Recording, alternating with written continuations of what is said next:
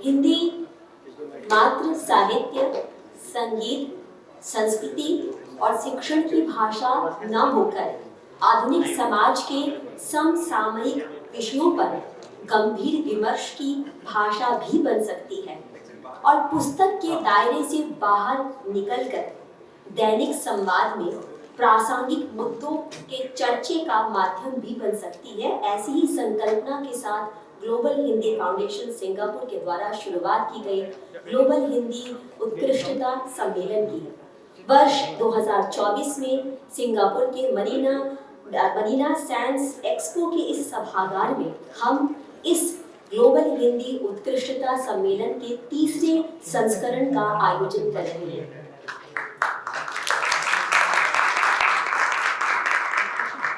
यहाँ उपस्थित सभी आमंत्रित अतिथियों का मैं आराधना झा श्रीवास्तव हार्दिक अभिनंदन कर रही हूँ। कार्यक्रम उत्कृष्ट हो, निर्विघ्न रूप से संपन्न हो, इसके लिए माँ सरस्वती का आशीर्वाद आवश्यक है।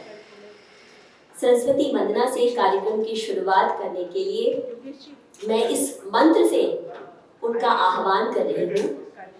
शुक्लां ब्रह्म विचार सार परमा माद्याम जगत व्यापनी वीणा पुस्तक धारणीम अभयदाम जाड्यांधकारापहां हस्ते स्फाटिक मालिकां च विदधतीं पद्मासने संस्थितां वंदे तां परमेश्वरीं भगवतीं बुद्धि प्रदां शारदां।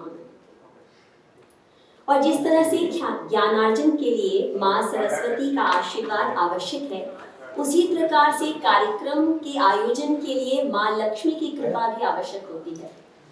और आज के कार्यक्रम के जो प्रमुख हमारे प्रायोजक हैं, उनके प्रति हम अपना आभार और अपनी कृतज्ञता प्रकट करते हैं। सबसे पहले आभार NRI 1 का, जिनके साथ और सहयोग से हम आज का ये ग्लोबल हिंदी उत्कृष्टता सम्मेलन आयोजित कर रहे हैं। ये हमारे प्रेजेंटिंग पार्टनर हैं और विश्व भर के निवेशकों को भारत के बेहतरीन रियल एस्टेट से जोड़ने का काम कर रहे हैं। और दूसरा आभार वीडियो हाउस को, ये मीडिया और मार्केटिंग पार्टनर हैं हमारे आज के सम्मेलन के और सिंगापुर की एक अग्रणी मीडिया और मार्केटिंग कंपनी है। तीसरा आभार digital media partner Dainik Jagran को, जो हिंदी का एक अग्रणी समाचार पत्र है और मीडिया संस्थान है, क्योंकि डिजिटल युग में एक डिजिटल पार्टनर का होना बहुत आवश्यक है। और हम आभार करते हैं हमारी यात्रा के साथी वी ट्रैवल का और हमारी जनसंपर्क के साथी चैनल PR का। हम आभार करते हैं बिजनेस चैम्बर पार्टनर का, Singapore Indian chambers of commerce and industry supporting partners हैं हमारे, उनका आभार प्रकट करते हैं। और हम आभार करते हैं FIInews.com अर्थात फॉरेन इन्वेस्टर्स ऑन इंडिया का। हम आभार प्रकट करते हैं सिंगापुर मीडिया पार्टनर अनुमकारा का और हम आभार प्रकट करते हैं क्रॉकियो प्रोडक्ट्स का। तो हम आज के कार्यक्रम की शुरुआत करना चाह रहे हैं, तो इसके लिए सबसे पहले मैं मंच पर आमंत्रित करूंगी संजय कुमार जी को, जो ग्लोबल हिंदी फाउंडेशन के परामर्शदाता है और IBM में निदेशक के रूप में कार्यरत है। संजय जी, आपका हार्दिक स्वागत।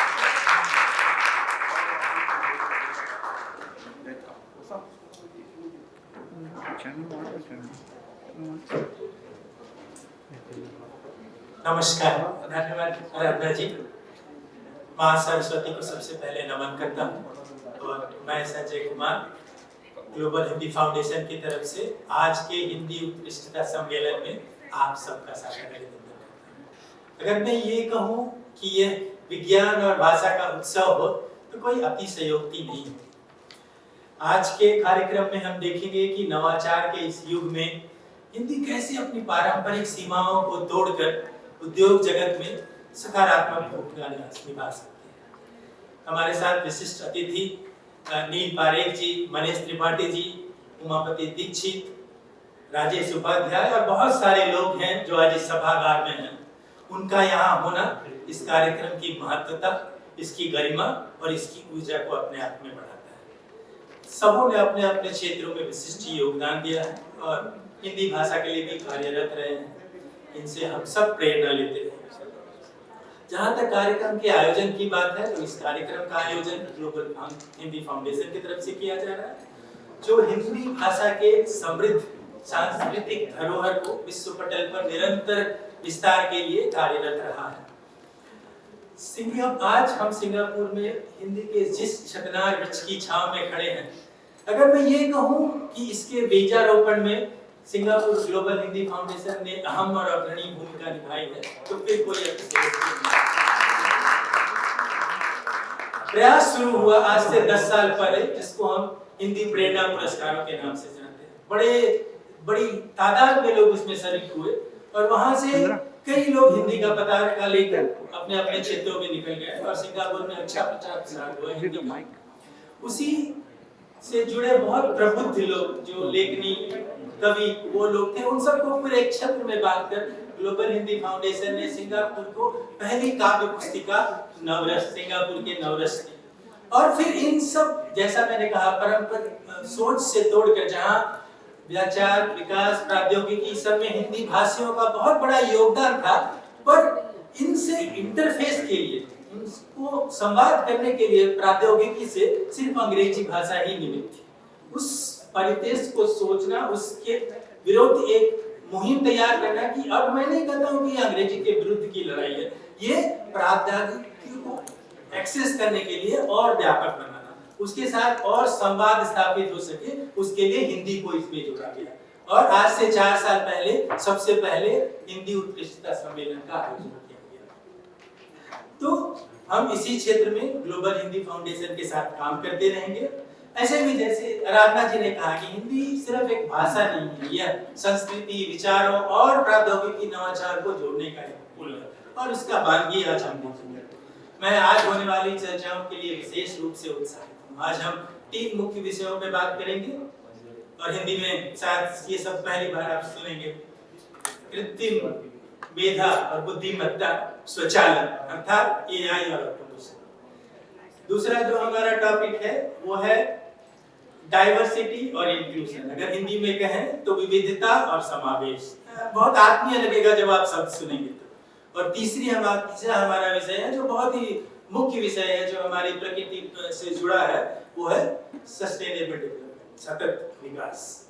इन तीनों क्षेत्रों से महारत हासिल लोग आज हमारे बीच बैठे हैं। हम उनको सुनेंगे, समझेंगे और यकीन मानिए हिंदी भाषा में इन विषयों पर गहरी और, जैसे आपने कहा, बहुत ही विवेकशील बात की जा सकती है। अगर हल्के फुल्के शब्द में कहूँ, एक कवि भी हूँ, तो अगर आज के कार्यक्रम के बाद आपको निजाम फाजली की इन 2 पंक्तियों में अलग मतलब दिखाई देने लगे, इसका व्यापक उद्देश्य दिखने लगे, तो पहले पंक्तियां सुना देता हूं कि हर आदमी में होता है 10-20 आदमी, जिनको भी देखना हो बार बार देखना। तो सामाजिक दृष्टिकोण से लिखी गई ये 2 पंक्तियां हैं, पर आज का कार्यक्रम खत्म होने के बाद आपको इसमें साइबर सिक्योरिटी की कुछ समस्याओं की तरफ इंगित करने का भी दिखे कि फिशिंग हो रहा हो या आइडेंटिटी थेफ्ट है, तो मैं आश्चर्यचकित नहीं रहूंगा। और अगर मैं इसमें एक पंक्तियां और जोड़ दूं तो ये कहूंगा कि इंसान है या कोई स्वचालित भरूपिया, जब तक न हो एतबार देखना। धन्यवाद। आपका ज्यादा समय नहीं लेकर कार्यक्रम को आगे बढ़ाना चाहूंगा, और इससे पहले एक बार सभी वक्ताओं, श्रोताओं और आप सबों का आभार व्यक्त करना चाहता हूँ। आपके बिना ऐसे कार्यक्रम की परिकल्पना भी संभव नहीं। मैं आप सबको ज्ञान, विज्ञान, संवाद और उन सब से भरा एक सुखद अनुभव आज पूरे दिन आपके साथ हो, इस शुभकामना के साथ आराधना जी को मैं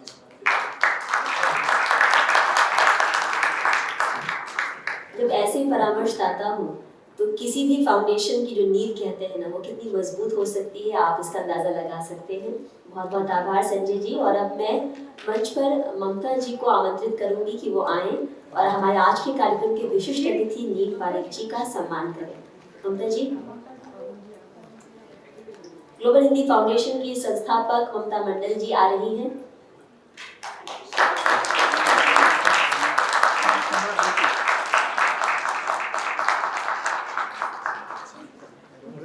सभागार धीरे धीरे गणमान्य अतिथियों से भर रहा है, और जो धीरे धीरे हमारे सभागार में प्रवेश कर रहे हैं उन सबका स्वागत है, आभार, अभिनंदन है।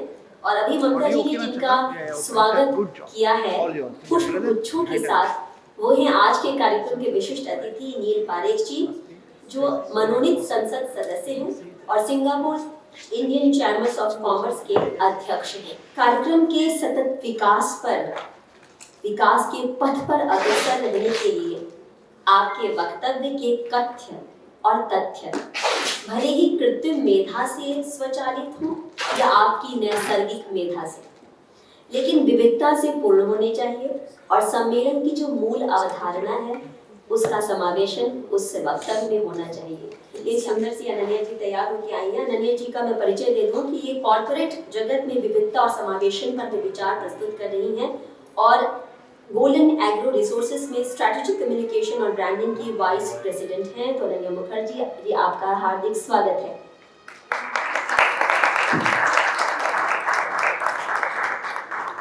नमस्कार सभी उपस्थित लोगों को, प्रिय आयोजक गण और ग्लोबल हिंदी एक्सीलेंस समिट के सभी प्रतिभागी। सबसे पहले मैं इस कार्यक्रम का हिस्सा बनने के लिए अपने हृदय से धन्यवाद एवं आभार व्यक्त करना चाहती हूँ। इस समिट ने न केवल हिंदी भाषा की सुंदरता और समृद्धि का जश्न मनाया है, बल्कि विभिन्न क्षेत्रों से उन लोगों को, उन व्यक्तियों को और विशेषज्ञों को एकत्रित किया है जो हिंदी के प्रति समान प्रेम साझा करते हैं।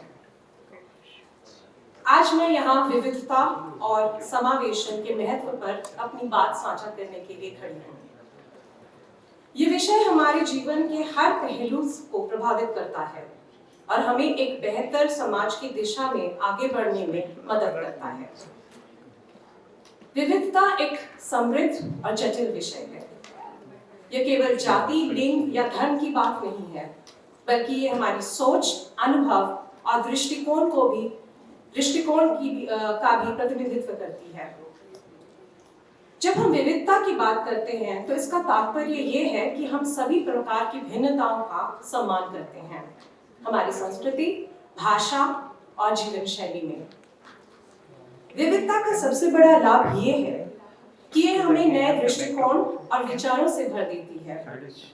जब हम विभिन्न पृष्ठभूमि यानी बैकग्राउंड से, अलग-अलग बैकग्राउंड से लोगों को एक साथ लाते हैं, तो हम नवाचार और रचनात्मकता यानी इनोवेशन एंड क्रिएटिविटी को बढ़ावा देते हैं। मैं एक उदाहरण देना चाहूंगी, कॉर्पोरेट जगत से हूँ तो कॉर्पोरेट एग्जांपल्स शेयर करना चाहूंगी। गूगल ने अपने कार्य संस्कृति अर्थात वर्क कल्चर में विविधता को प्राथमिकता दी है। उनके रिसर्च या शोध में ये पाया गया है कि विविधता से भरपूर टीम्स जो होती हैं वो ज्यादा इनोवेटिव होती हैं। जब विभिन्न दृष्टिकोण एक साथ आते हैं तो हमें बेहतर समाधान मिलते हैं। समावेशन का अर्थ है कि हम सभी की आवाजों को सुने और उन्हें समान महत्व दें। जब हम समावेशिता को बढ़ावा देते हैं, हम एक ऐसा वातावरण बनाते हैं जहां हर व्यक्ति अपनी पहचान को पूरी तरह व्यक्त कर सके। उदाहरण के लिए यूनिलीवर को ले लीजिए। यूनिलीवर ने समावेशिता के लिए कई पहलों की शुरुआत की है, जिसमें उन्होंने विशेष कार्यक्रम के माध्यम से विभिन्न समुदाय को रोजगार देने पर ध्यान केंद्रित किया है। इस तरह के पहलों से हम सभी को एक समान अवसर प्राप्त होता है। हालांकि विविधता और समावेशन के रास्ते पे चुनौतियां कई हैं। बायसेस मतलब पक्षपात, पूर्वाग्रह, बायसेस जो कि अनकॉन्शियस है, कभी कॉन्शियस है, हमारे समाज में व्याप्त हैं। हमें ये स्वीकार करना पड़ेगा कि हम कभी न कभी सभी लोग इन बायसेस से ग्रसित हो जाते हैं, जो हमें एक दूसरे को समझने में बाधा डालता है। एक रिसर्च के अनुसार विविधता में कमी के कारण कई प्रतिभाशाली लोग अपने विचारों को पूरी तरह व्यक्त करने में संकोच करते हैं। ये स्थिति हमारे समाज को कमजोर बनाती है और हमारे सामूहिक विकास में बाधा डालती है। फिर एक और उदाहरण दूंगी, स्टारबक्स को लीजिए। जब कुछ समय पहले कंपनी को कुछ विवादों का सामना करना पड़ा तो उन्होंने तुरंत कदम उठाए। उन्होंने अपनी सभी स्टोरों में समानता और समावेशिता को ध्यान केंद्रित किया और उनके लिए कार्यक्रम शुरू किया। ये दिखाता है कि कैसे एक संगठन अपनी गलतियों से सीख सकता है और आगे बढ़ सकता है। हमें अपनी दृष्टिकोण को बदलने की आवश्यकता है। हमें न केवल विविधता का स्वागत करना चाहिए, बल्कि उसे अपनाना भी चाहिए। संगठनों में समावेशी नीतियों को लागू करना और संवाद का बढ़ावा देना आवश्यक है। आज मेरी एक्स कॉलीग छाया यहाँ पर है, जो इसी बात पे बात करेंगी, तो आप सुनिएगा जरूर। माइक्रोसॉफ्ट जैसे संगठन ने इंक्लूसिव हायरिंग पर एक कार्यक्रम शुरू किया है, जिसका उद्देश्य ये है कि हर उस व्यक्ति को अवसर मिले जो पारंपरिक प्रक्रियाओं से, यूजुअल जो प्रोसेसेस होते हैं, उनमें अनदेखे रह जाते हैं। अंत में मैं ये कहना चाहूंगी कि विविधता और समावेशन केवल एक लक्ष्य नहीं है, ये एक यात्रा है। ये हमारी सोच को विस्तृत करता है और नई संभावनाओं के दरवाजे खोलता है। चलिए हम सब मिलकर एक ऐसा समाज बनाएं जहां हर व्यक्ति का योगदान महत्वपूर्ण हो और सभी को समान अवसर मिले। एक बार फिर इस अद्वितीय समिट के आयोजन के लिए धन्यवाद। मैं आगे भी जुड़े रहने और भविष्य में ऐसे ही पहलों पर सहयोग करने की आशा रखती हूँ जो हमारे सामूहिक मिशन को आगे बढ़ाए। धन्यवाद।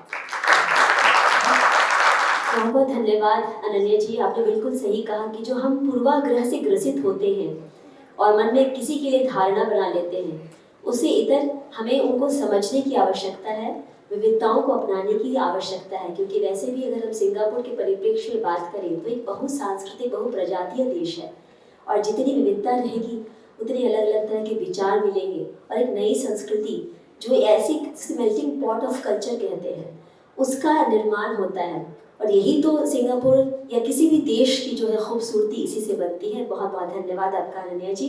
और जैसे आपने जिक्र किया छायाधर सिन्हा जी का कि वो आपकी एक्स कॉलीग है, यानी कि पूर्व सहयोगी रह चुकी हैं, तो मैं अब मंच पे छायाधर सिन्हा जी को ही बुलाना चाहूँगी कि वो आए और विविधता और समावेशन विषय के अंतर्गत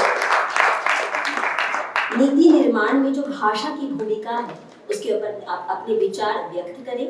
और छायाधर सिन्हा जी करगिल कंपनी में विविधता और समावेशन विशेषज्ञ के रूप में अपनी सेवाएं दे रही हैं। आपका स्वागत है।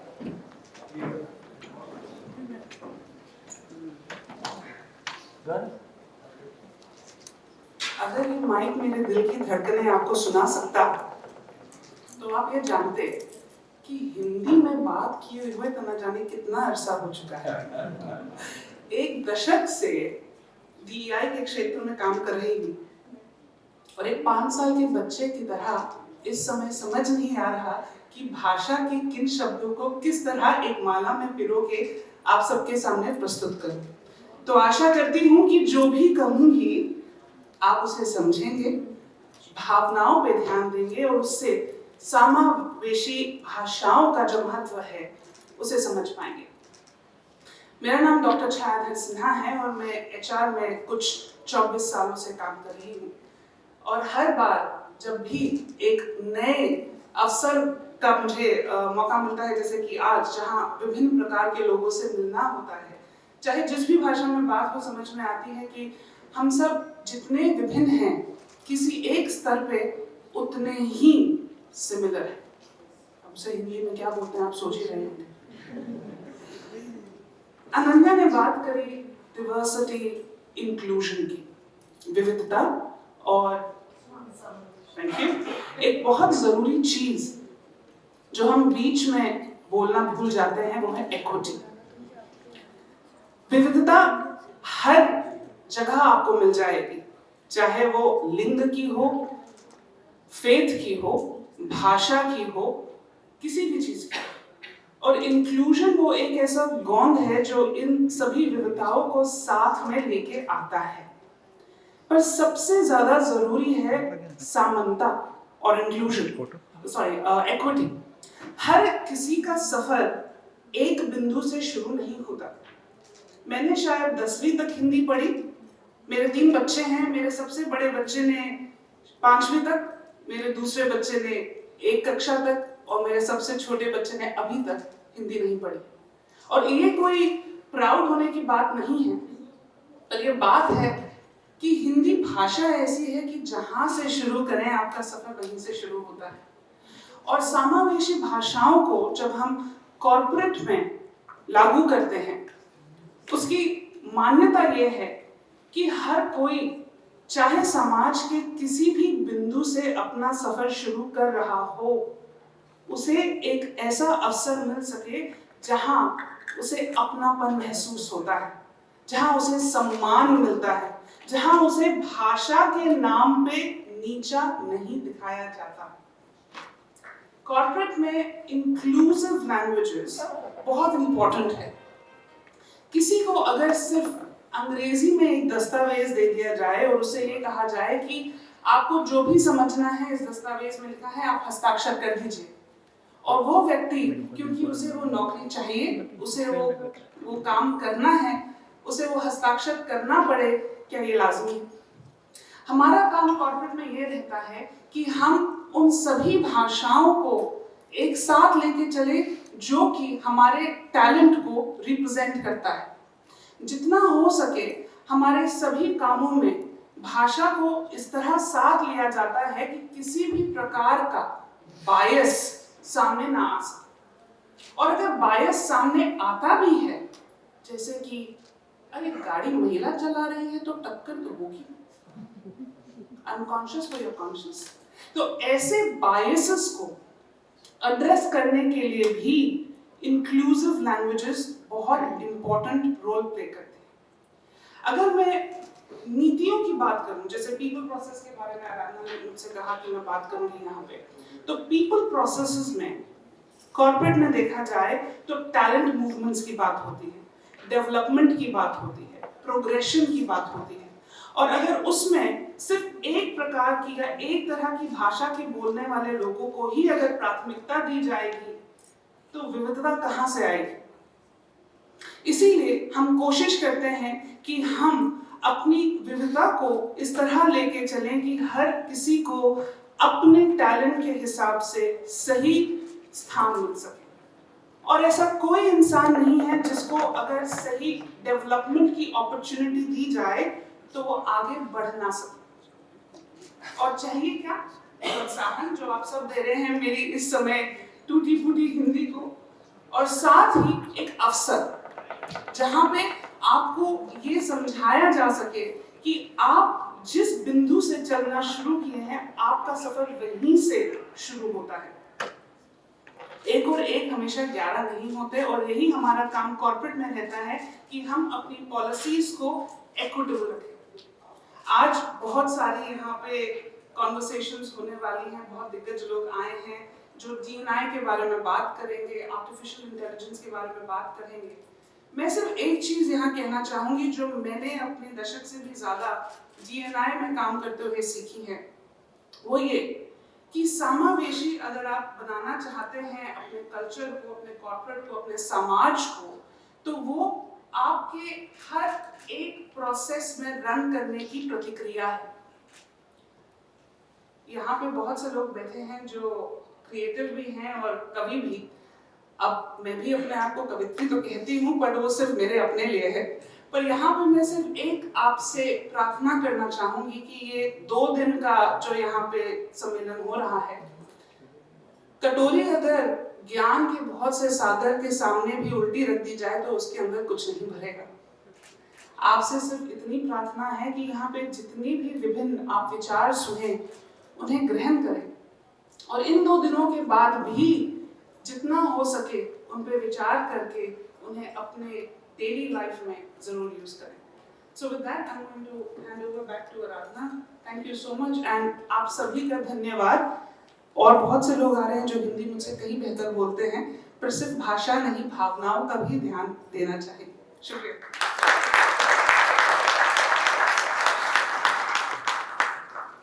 बहुत बहुत शुक्रिया छायाधर सिन्हा जी। और आपने बिल्कुल सही कहा कि ज्ञान इतना सारा हमें मिलने वाला है, इसके लिए सबसे पहले कहते हैं to learn something you have to unlearn first. So हमें सबसे पहले अपने आप को खाली करना होगा। और मुझे ये बताते हुए बहुत खुशी हो रही है कि हमारे बीच हमारे कार्यक्रम की मुख्य अतिथि श्रीमती पूजा ढिल्लों जी पधार चुकी है, जो भारतीय उच्चायोग सिंगापुर में उप उच्चायुक्त के पद पर कार्यरत है। आपका हार्दिक स्वागत है। मैं आपसे आग्रह करूंगी कि आज के हिंदी उत्कृष्टता सम्मेलन के लिए अपने 2 शब्द हमारे साथ साझा करें।